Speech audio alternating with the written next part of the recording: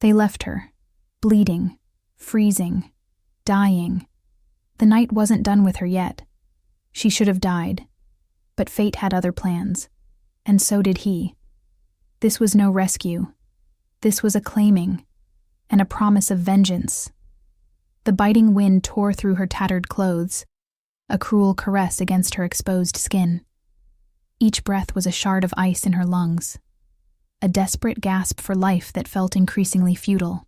The snow, a pristine blanket over the forest floor, was now stained crimson beneath her, a stark testament to the brutality she had endured. Her fingers, numb and stiff, clawed weakly at the frozen earth, seeking purchase, seeking warmth, seeking anything but the inevitable surrender to the cold. She had been left for dead, not by strangers, but by those she had known, those she had trusted, those who had once called her friend. The betrayal was a deeper chill than the winter night, a wound that festered beneath the physical pain. Her vision blurred, the towering pines around her dissolving into a hazy, indistinct wall. The moon, a sliver of silver in the inky sky, seemed to mock her, its cold light reflecting off the tears that had long since frozen on her cheeks. This wasn't how it was supposed to end. Not for her, the mayor's daughter, the girl who had always tried to do right, to be kind, to believe in the good in people. But good had abandoned her. Kindness had been a weakness, and belief had been a fatal flaw. It had started weeks ago, a whisper that grew into a roar, a manipulated video, a cruel fabrication designed to destroy her. It had spread like wildfire through the school, through the town, consuming her reputation, her dignity, her very identity.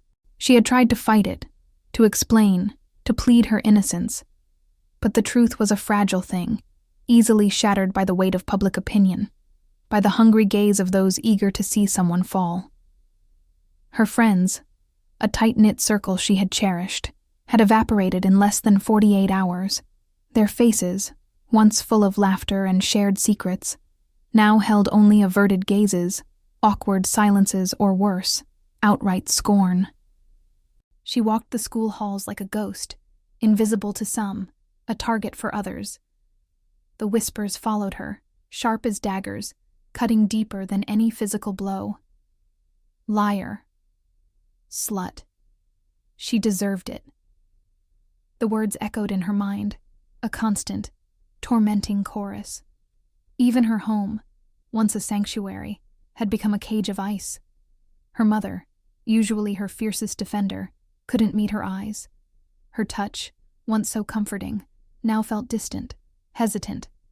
The unspoken judgment hung heavy in the air between them, a suffocating shroud. But it was her father, the man who had always been her hero, who had delivered the final, crushing blow. He had called her into his study, the room usually reserved for important town matters, now a tribunal for her supposed sins. His face, usually stern but loving, was a mask of cold fury. "You are a liar," he had spat, his voice devoid of warmth. "A promiscuous disgrace to this family. You have shamed us all." Each word was a hammer blow, shattering the last vestiges of her self-worth. He had banished her, not from the house, but from his heart, from his protection, from his very name. She was no longer his daughter, but an inconvenient stain on his political career. The injustice of it all was a bitter taste in her mouth, a burning acid in her soul. The night of the attack, she had been desperate, fleeing the suffocating silence of her home, the venomous whispers of the town. She had sought refuge in the familiar woods behind the school, a place where she used to find solace, a place where she felt safe. But safety was an illusion. They had found her there, the 5 boys, the ones who had spread the rumors, the ones who had fueled the fire of her destruction. They had cornered her, their faces twisted into cruel caricatures of humanity. Their taunts had been relentless, their laughter echoing through the silent trees. "Look at the mayor's little slut, all alone. No one wants you now, do they?" The fear had coiled in her stomach, a cold, venomous snake. She had pleaded, begged for them to stop, for them to leave her alone. But her words were met with more laughter, more cruelty. The escalating terror had been a physical weight, pressing down on her, stealing her breath. She knew, with a chilling certainty, what they intended. And there was no escape. No one to hear her screams, no one to save her. The assault itself was a blur of pain, humiliation, and utter helplessness. Her body, once her own, felt violated, desecrated. When they were done, they had stripped her, leaving her naked and broken on the frozen ground. Their final words, delivered with a sneer, had been a death sentence. "Stay here where you belong. No one will miss you." Then they were gone, their cruel laughter fading into the distance, leaving her to the mercy of the unforgiving night. The cold had seeped into her bones, a relentless, creeping numbness. Her muscles spasmed, her teeth chattered uncontrollably. She tried to move, to crawl, to find some shelter, but her limbs refused to obey. Her vision began to tunnel, the edges of her world darkening. She felt her consciousness slipping, a gentle pull towards oblivion. A strange calm settled over her, an acceptance of the inevitable. This was it. This was the end.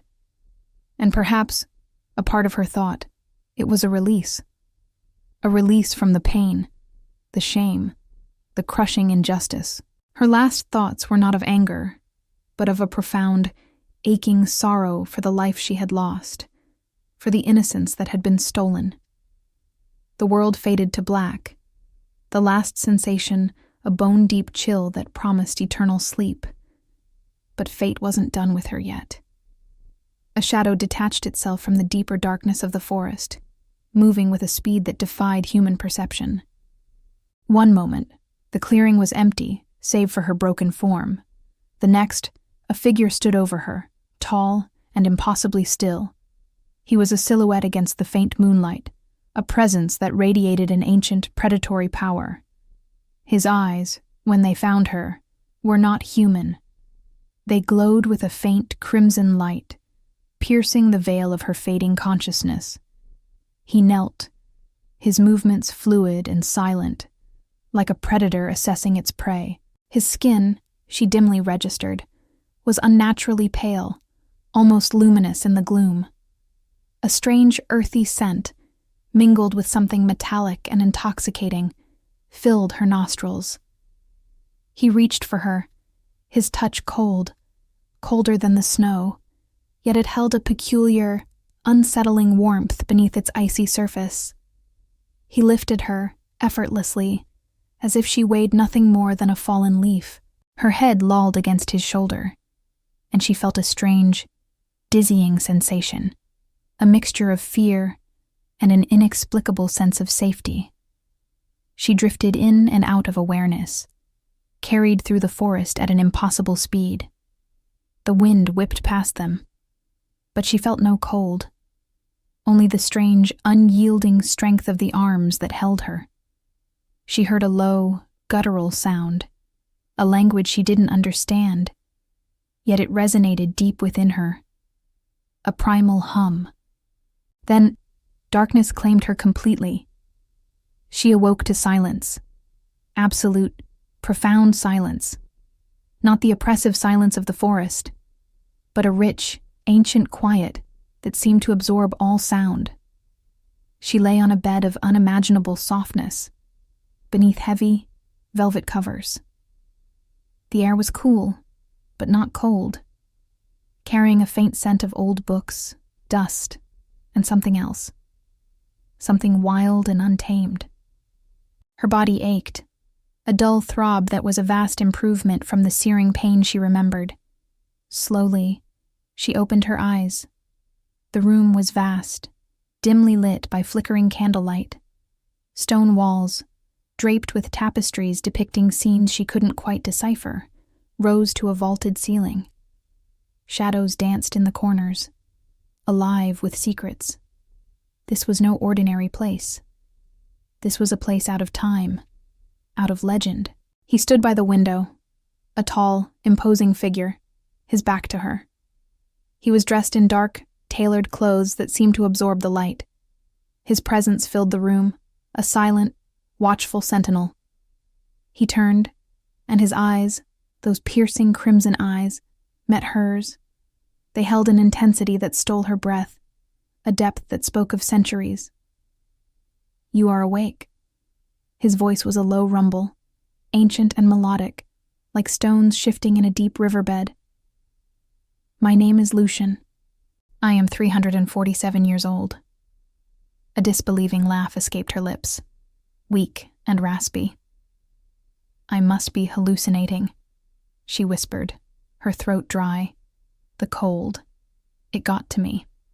He took a step, then another, closing the distance between them with unnerving speed.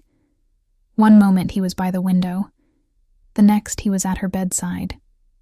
His movement so fluid, so silent. It was as if he had simply materialized. He knelt, his face close to hers, and she could see the intricate network of veins beneath his pale skin, the sharp, elegant lines of his jaw. "No hallucination," he said, his voice softer now, yet still resonating with power. "You were dying. I saved you."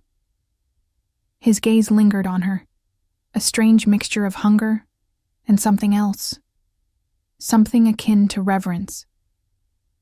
"You are special. Your blood. I can feel it. It sings with a power I have not encountered in centuries." A shiver, not of cold, but of something primal, ran down her spine. She wanted to deny it, to dismiss him as a madman, but the impossible reality of her situation, the impossible speed of his movements, the impossible age in his eyes, it all screamed truth, and something within her, something deep and long dormant, began to stir. A faint hum, a vibration in her very core, began to awaken. She spent days in his mansion, a prisoner of her own recovery, and of his watchful presence. Lucian was a creature of paradoxes, ancient and modern, terrifying and strangely gentle.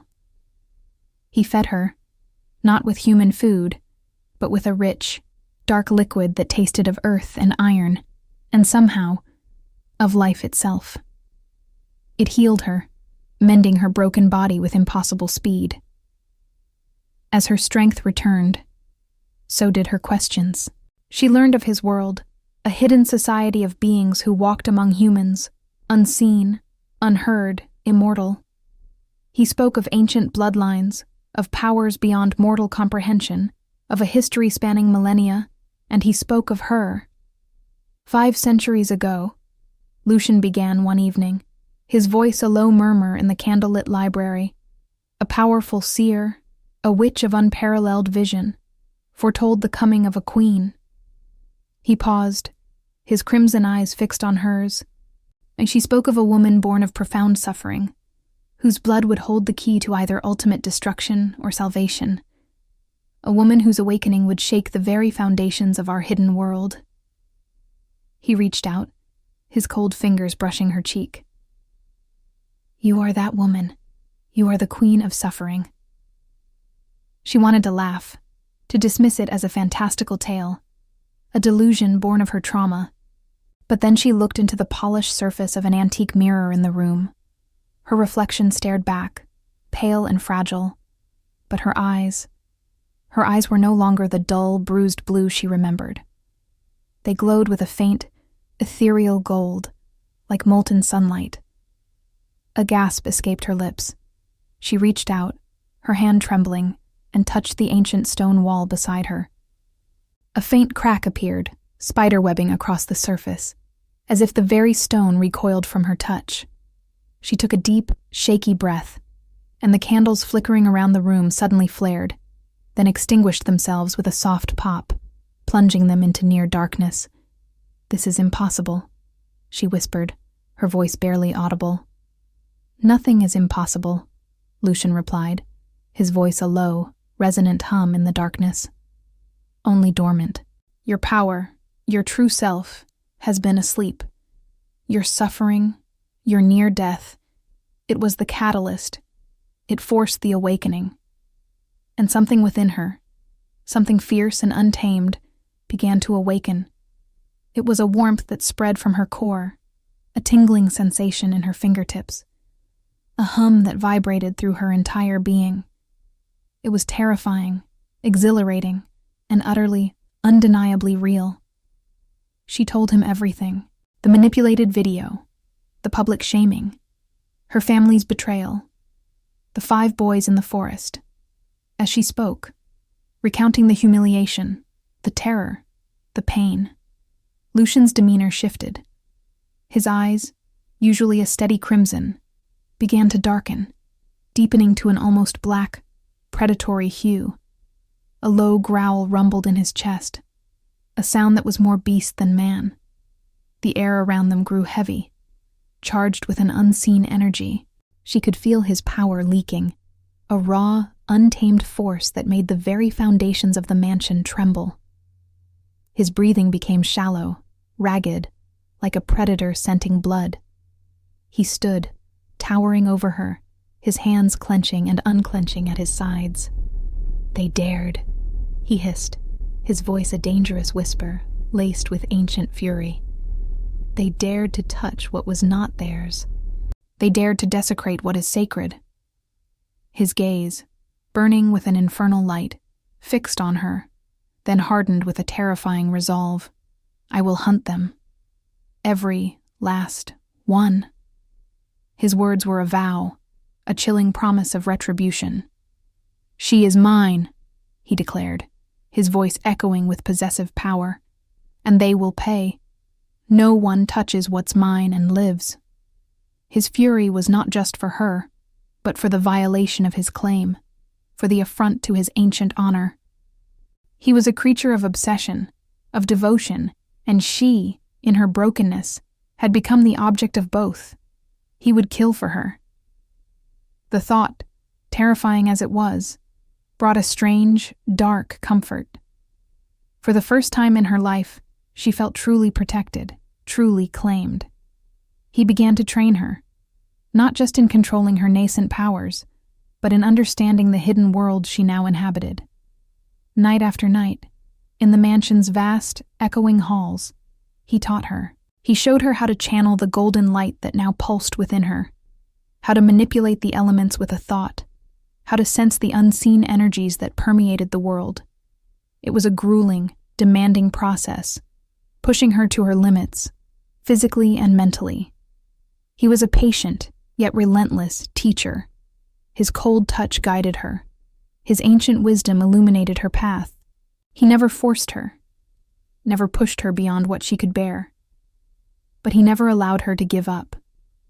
Through shared effort, through the intensity of their training, their bond deepened. She learned to trust him implicitly, to rely on his strength, his knowledge, and he, in turn, began to see her not just as a prophecy, but as a partner, a force to be reckoned with. One evening, during a particularly intense training session, a surge of her uncontrolled power accidentally lashed out, threatening to shatter an ancient artifact. Lucian moved with impossible speed, placing himself between her and the object, shielding it with his own body. In that instant, her power, instead of harming him, instinctively coalesced around him, forming a shimmering, golden barrier. It was a fleeting moment, but it was enough. She saw the surprise in his crimson eyes, a flicker of something akin to awe. And in that moment, she understood. Their bond was not one-sided. She had the power to protect him too. The realization was exhilarating, empowering. She was not just a damsel in distress, not just a prophecy to be fulfilled. She was a shield, a weapon, a force that could stand by his side, protecting him as fiercely as he protected her. The symmetry of their connection, the unspoken promise of mutual defense, solidified their bond, making it unbreakable. "I've been waiting centuries for you," he had whispered one night, his voice raw with an emotion she hadn't thought possible for a creature so old. His cold fingers had traced the line of her jaw, his gaze burning into her soul. Your soul called to me across the void, a beacon of light in the endless darkness of my existence. He pulled her closer, his embrace possessive, yet tender. You belong to me now, in ways you cannot yet comprehend. Your essence is intertwined with mine, your fate irrevocably linked to my own. His lips brushed her temple, a feather-light touch that sent shivers through her. I will protect you with my life, with my very existence. No harm shall ever befall you again, not while I draw breath. His words were a balm to her wounded soul, a promise of belonging she had never known. She felt a strange, intoxicating pull towards him, a primal connection that transcended logic. Fear mingled with a profound sense of rightness. She was his, and he was hers.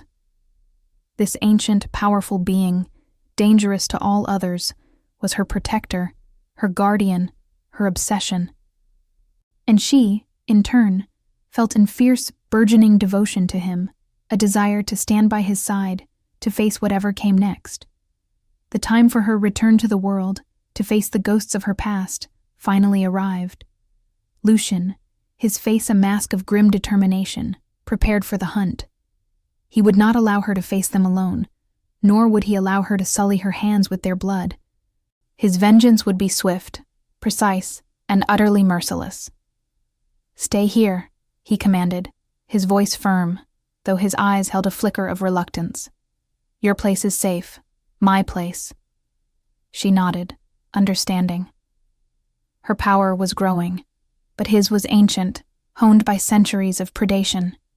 He was the hunter, the avenger, but she would not be idle. Through their bond, she would feel his hunt, witness his fury, and be ready to act if needed. He moved like a phantom through the night, a creature of shadows and impossible speed. His senses, sharpened by centuries of existence, guided him. The scent of fear, the faint echo of their laughter, the lingering stain of their cruelty, it all led him to his prey. She felt it through their bond, a distant hum of anticipation, a cold, predatory focus that sent shivers down her spine. The first boy was found at a local bar, boasting to his friends, oblivious to the darkness that stalked him. Lucian appeared as if from thin air, a silent, terrifying presence. His eyes, burning crimson, locked onto the boy, and a primal fear, colder than any winter night, seized the boy's heart. Lucian didn't touch him, not physically. He merely spoke, his voice a low, guttural whisper that echoed the boy's darkest fears, forcing him to relive every moment of that night in the forest, every cruel word, every brutal act. The boy collapsed, a broken, gibbering mess, his mind shattered by the sheer terror Lucian had inflicted. The second was at home, playing video games, his life utterly mundane. Lucian entered his room like a ghost, the air growing heavy, cold. He didn't need to speak. His presence alone was enough. He projected images into the boy's mind, visions of her broken body, her desperate pleas, the cold, unforgiving snow. He showed him the consequences of his actions, the darkness he had unleashed. The boy screamed, a raw, primal sound of pure terror, and then fell silent, his eyes wide and vacant, forever haunted by the specter of his own cruelty. Through their bond, she witnessed it all, not with joy, but with a grim satisfaction. She saw Lucian's protective fury, raw and untamed, unleashed upon those who had wronged her. It was a terrifying display of power, a testament to his unwavering devotion. He was a monster, yes, but he was her monster, and he was killing for her. The fantasy, once a dark whisper in her mind, was now a brutal reality. The third boy was more defiant, attempting to fight back, to deny his guilt. Lucian merely smiled, a chilling, predatory baring of fangs. He moved with impossible speed, disarming the boy, then holding him suspended in the air, his feet dangling uselessly. "You thought yourselves strong." Lucian's voice was a low growl. "But you are merely insects, and I am the predator." He didn't break the boy's body, but he broke his spirit, his will, leaving him a shell of his former self, consumed by an all-encompassing dread. The fourth boy, sensing the growing panic in town, tried to flee. Lucian tracked him effortlessly, a shadow pursuing a mouse. He cornered him in a deserted alley, the moonlight illuminating his pale, furious face. This time, Lucian allowed a flicker of his true form to show, his eyes burning with an infernal light, his fangs elongating. The boy screamed, a sound of pure, unadulterated terror, and then collapsed, his mind unable to comprehend the ancient horror before him. The fifth boy, the ringleader, the cruelest of them all, was found hiding in his own home, trembling in fear. Lucian entered his room, the air crackling with his power. He didn't need to inflict physical pain. He simply stood there, a silent, terrifying judge. He forced the boy to look into his own soul, to see the blackness within, the depths of his depravity. He showed him the girl he had left for dead, the life he had almost extinguished. The boy broke, not with screams, but with a chilling, guttural sob, his body racked with an unbearable guilt and terror. As Lucian confronted the last boy, a sudden, unexpected surge of energy erupted from the boy's hand. A hidden weapon, a desperate and foolish attempt to strike back. It was a small, insignificant thing, but in that instant, her power flared. A golden shield, shimmering and ethereal, materialized around Lucian, deflecting the attack harmlessly. He paused, his crimson eyes meeting hers through their bond, a flicker of surprise, then a deep, profound appreciation. She had protected him. The symmetry of their bond, the unspoken promise of mutual defense, was now a tangible reality. The next morning, the town was in an uproar. The 5 boys, each a shell of their former selves, had confessed, not just to the attack on her, but to other petty crimes, other acts of cruelty. Their confessions were public, detailed, and utterly damning. The truth, finally, was out. The town, once so quick to condemn her, now reeled in shock and shame. Her family, particularly her father, was devastated. He sought her out, his face etched with regret, his eyes pleading for forgiveness. Her mother wept, her touch now filled with genuine sorrow. But it was too late. The girl they had known, the girl they had betrayed, was gone. In her place stood someone new, someone forged in fire and ice, someone claimed by an ancient power. She felt a sense of closure, a grim satisfaction, but also a new, darker understanding of the world. Justice had been served, but at a cost. Lucian returned to her, his face unreadable, his eyes holding a weariness that spoke of centuries. He was victorious, his vengeance complete, but a new shadow had fallen over him. "My hunt," he began, his voice low. It was not silent. My display of power, my ancient fury. It drew attention.